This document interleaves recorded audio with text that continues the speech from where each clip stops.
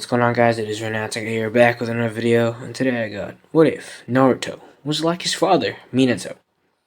I'm going to be redoing this one because I have read this one already, but I'm going to redo it and read it better than I did last time. But with all that being said, cue the intro.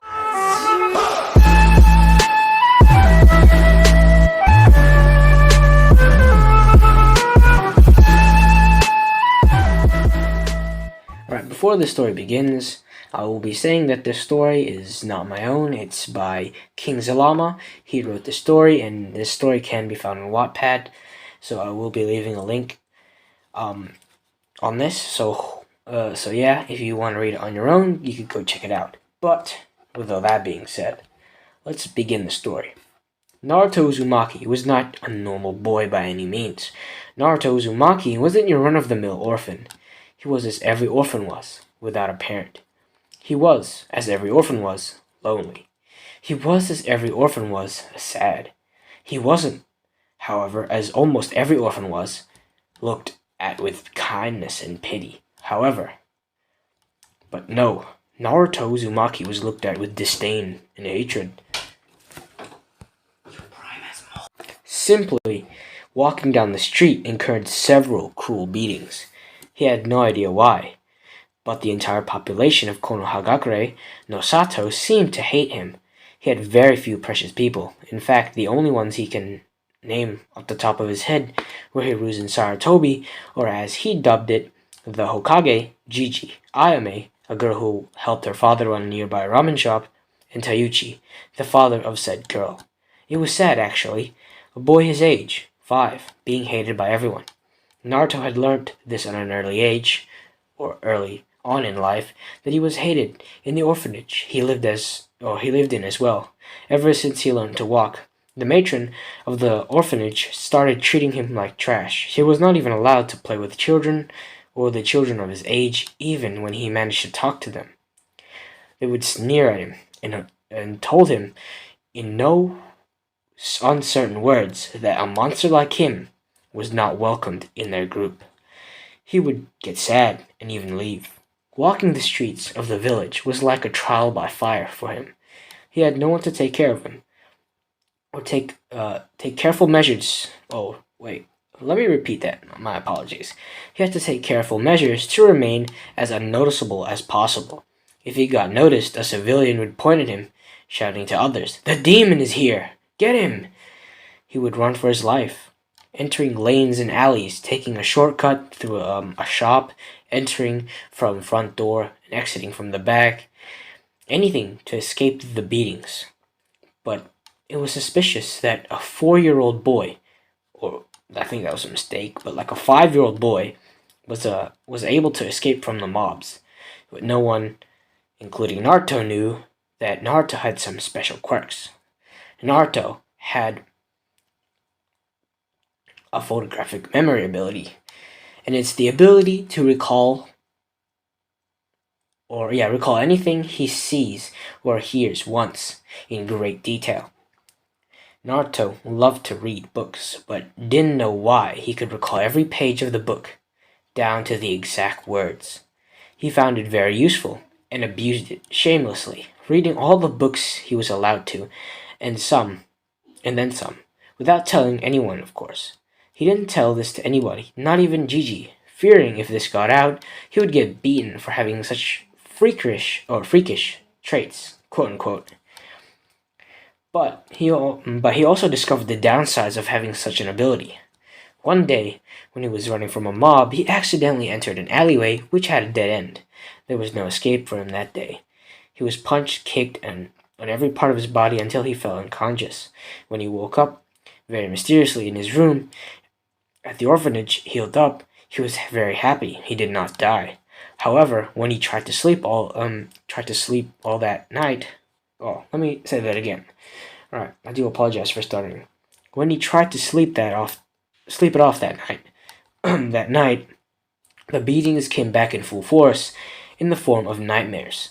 Because of his ability, he experienced the beatdowns, or the beatings, to the last detail. He couldn't sleep peacefully for several nights.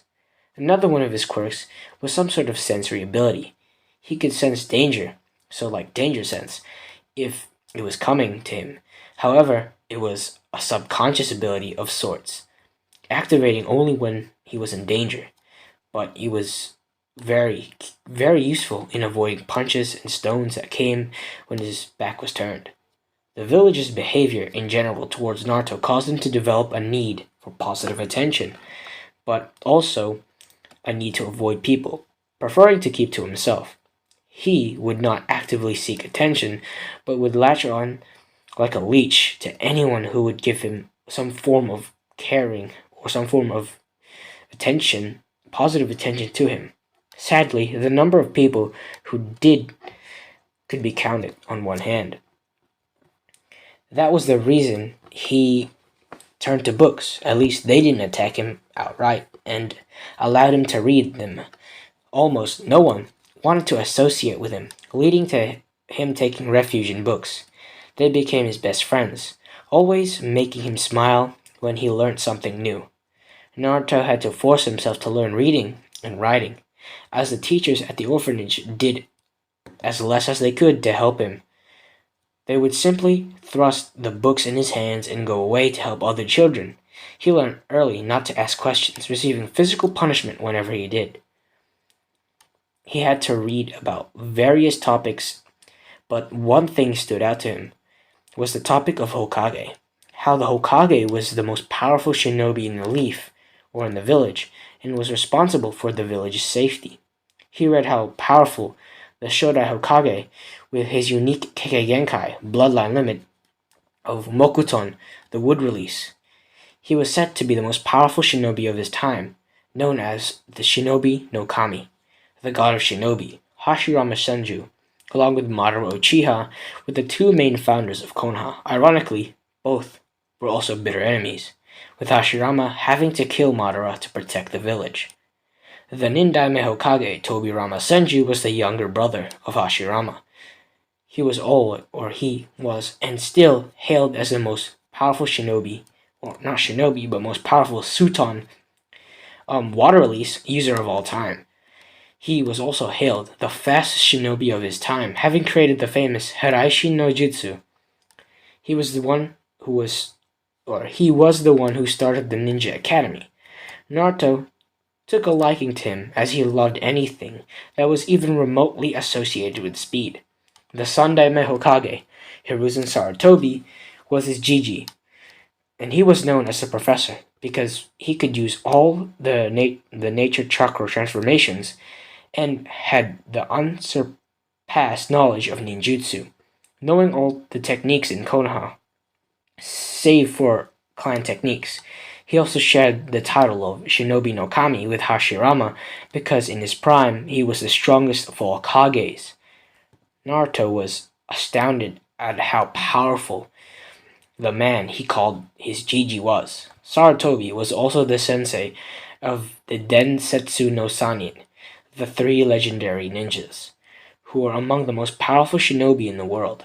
The Yondaime Hokage was the one who became his favorite to the point that Naruto considered him his idol, aspiring to be like him, Minato Namikaze.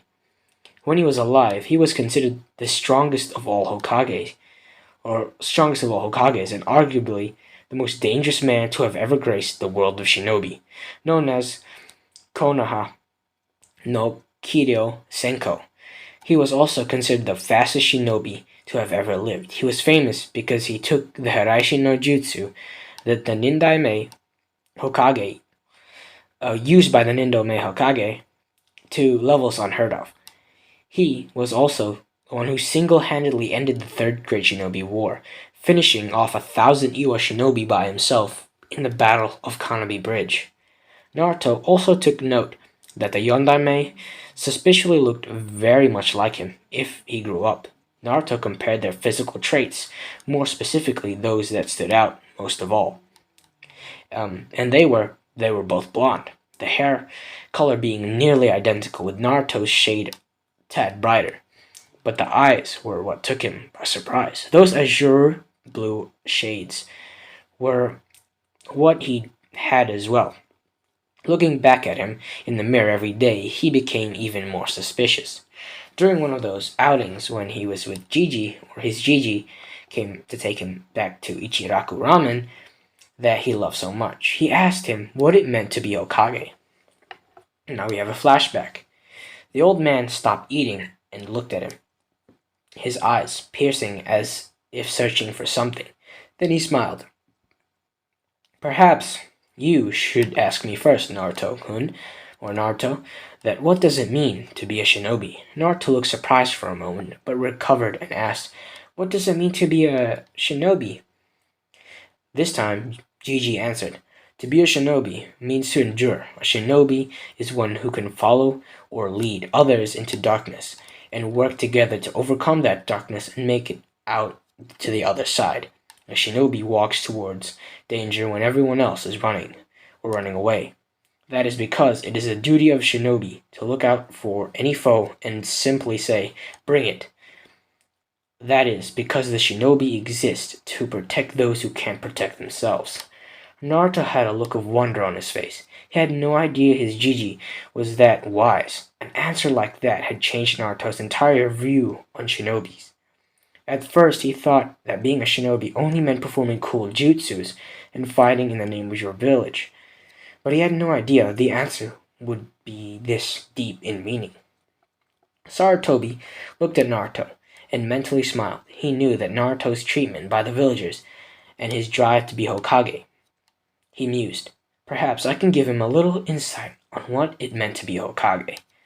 Naruto recovered from his wonder and stared at his bowl, or his empty bowl, deep in thought.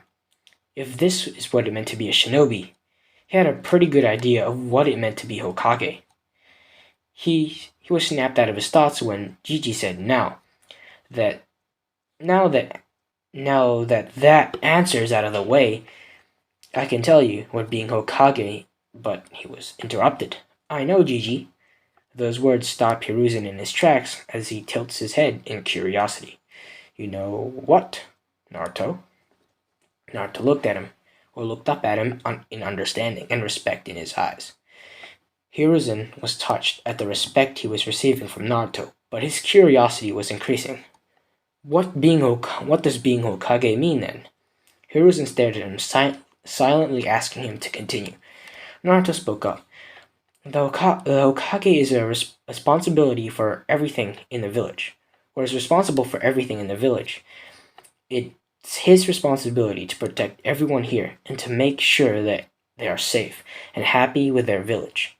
He tends to their finances or the finances of this village, the rules, the daily events, everything. He controls every single ninja who bears a leaf headband. He basically directs when they live and die. This job is not for the faint of heart, and only someone who loves his village deeply. At the very end of his answer, he was staring back at his bowl. Hiruzen was shocked at the understanding that Naruto showed of the position of Hokage. He had no idea that Naruto was this perceptive and knowledgeable. Teuchi and Ayame had to stop working as well, staring at the blonde with eyes widened along with the Hokage. It was simply unheard of, that a 5-year-old showing this much deep understanding of something most people don't understand until much later on in life. Hiruzen was shocked, so much so that he didn't notice that his jaw was hanging a bit. Such a deep perception and insight at such a young age, he thought, with wonder. Only one person had showed this much understanding like this, and he too was young, 3 years older than he was, or 3 years older than Naruto was. Itachi Uchiha was a prodigy among the likes of Kakashi Hatake and Minato Namikaze. Such a shame. He was now a missing nin. Naruto looked up when he felt a hand on his shoulder. Gigi was looking at him with a strange expression. That is exactly what it means to be Hokage, Naruto. A challenging smile broke out on Naruto's face, and he declared, Then I will become Hokage someday, Gigi, and not just any Hokage, I'll be the strongest there will be. Hiruzen chuckled as Hiruzen chuckled, which soon turned into laughter. The father and daughter of the other side of the counter were also smiling fondly. Naruto frowned. What? I'm serious. He was just a little hurt that Gigi saw his declaration as a joke. Hiruzen soon calmed down, smiling fondly at the boy. He remembered when another Uzumaki, who used to say the same thing, but he had a strong feeling that Naruto would be right. He ruffled Naruto's head. I know, Naruto. I have no doubt you will. Flashback ends.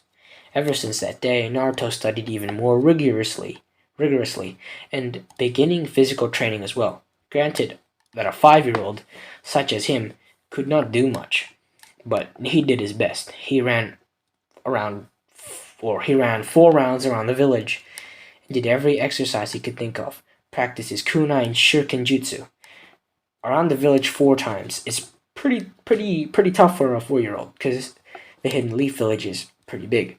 But anyways, enough with my side tangent. We continue. He took those weapons by sneaking into the practice grounds and collecting them. To his surprise, this art of throwing shuriken and kunai came very naturally to him. He started throwing them after taking a book about weapons left behind on a training ground. He had shaken his head at the disrespect shown to the book, but took it with him anyway. Just 2 weeks of practice, and he was throwing all bullseyes. That was not the only surprising thing. He had found that he could recover very quickly from physical exhaustion and wear and tear on his muscles. He recalled that he recovered surprisingly quickly after being beaten from the villagers. A bloodline, perhaps? He didn't dwell on it further, but filed it away for later. But today was very special. So special that he would have taken take extra measures in staying safe, because today was his birthday and he was just kicked out of the orphanage, roaming in the streets. He suspected this would happen in the evening. Today was the day the villagers celebrated as the Kyubi Festival. The day that the Yondaime Hokage defeated the Kyubi, and the day that he would be beaten within the inch of his life, or hunted and possibly killed.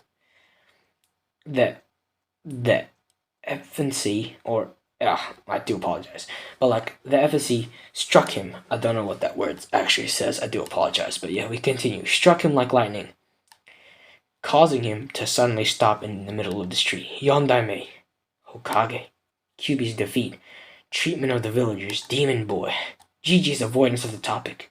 No, he wouldn't. Naruto ran from the streets, mendiring people with the grace of a seasoned dancer or flowing water. He ran like it was no one's business, reaching his favorite spot, the head of the Yondaime Hokage, in record time. Anyone who saw him had flashbacks of another blonde running like a man possessed. I need to confirm whether or not it's true, he thought grimly, afraid of what he would find. He sat down on the head of the famed Hokage in a meditative position or posture, and reached within, or rather spoke within. Kyubi, if you are inside me, I want to meet you, please.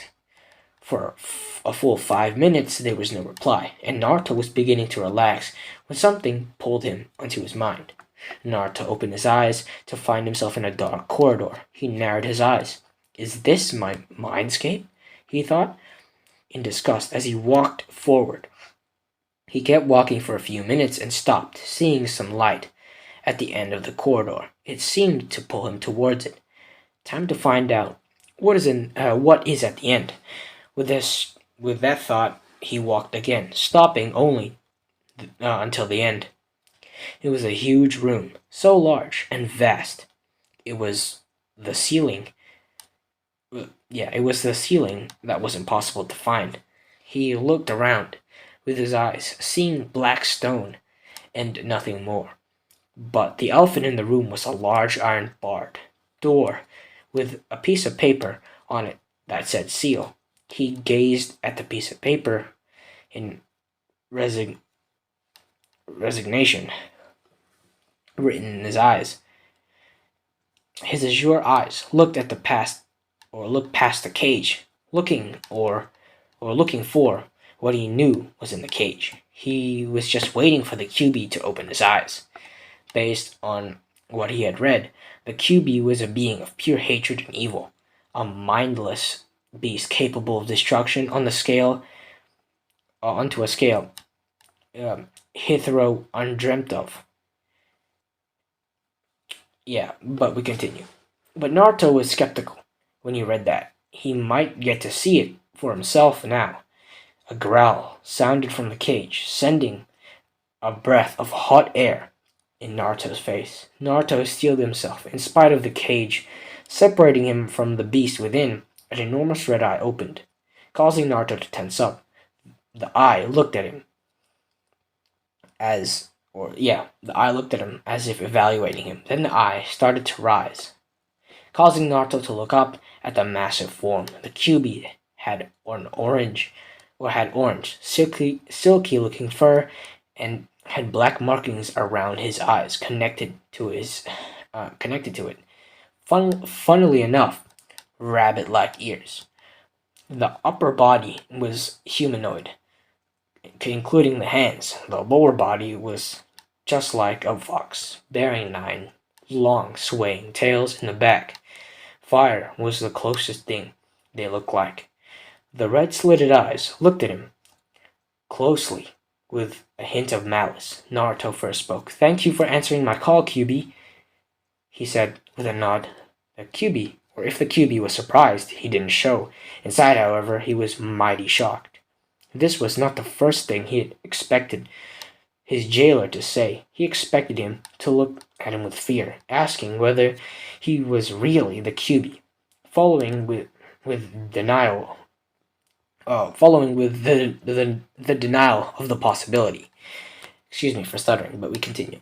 He did expect him to thank him at all. He replied, "Think nothing of it. I'm surprised that you were able to figure it out so quickly. Why aren't you surprised?" he asked with curiosity. Naruto sat down in front of his cage, which surprised the great Bijou further. Naruto was showing that he was willing to relax in front of him. "Well, I was, for a few moments at least, but it wasn't that difficult to figure out. It was easy to create a plausible theory once you have all the relevant facts," he said, never breaking eye contact with the QB. The QB raised a massive eyebrow, silently impressed with his host. His thought process were very intelligent. For someone who was only 5 years old, he was bold as well, bold enough to maintain eye contact with him. He also could not sense any fear from the boy. Why aren't you afraid of me?" he asked. Without a moment of hesitation or moments of hesitance, Naruto answered, "Because you are misunderstood." This time, surprise was visible on the QB's face, which was quickly followed by anger. "What did you say? Choose your next words very carefully," he growled. Naruto wasted no time in answering at all. "In all of the books I read, they described you as a being of pure hatred, but it's only a one-sided understanding, isn't it?" He asked with a sad smile. Before the QB could answer, Naruto continued. "Humans fear what they can't understand. The foremost aspect of your personality that they have seen is hatred, while a big part of you conceals the being underneath that can feel emotion just like us. Isn't that right, QB?" The Kurama was astounded at the amount of understanding his host showed towards him. Perhaps he could. "What do you want?"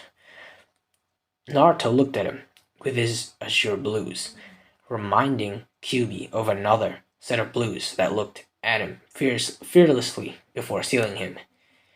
"If you wouldn't mind," a hesitant smile appeared on Naruto's face. "Would you be my friend?" The QB was truly stupefied at the request. For the first time in centuries of his existence, someone had asked if they could be his friend. Naruto saw that the Kyuubi was surprised, and for the Kyuubi, if Naruto's request was not surprising enough, he was totally blown away. But what Naruto did next? Naruto got up from his spot and walked into the cage. He walked up closely and offered a hand for him to take. "My name is Naruto Uzumaki, and it's nice to meet you." Kyuubi had abandoned all signs of remaining composed, and he was openly gaping at Naruto. But he composed himself very quickly and gave a sincere smile to Naruto. Seeing Naruto was too small to even shake his hand or finger, he extended his nail to him. "My name is Kurama. Nice to meet you too, Naruto." As this is the end of chapter 1, hopefully you guys did enjoy, but part 2 will be out very soon. But with all that being said, I'll see you all in the next What If scenario. Peace.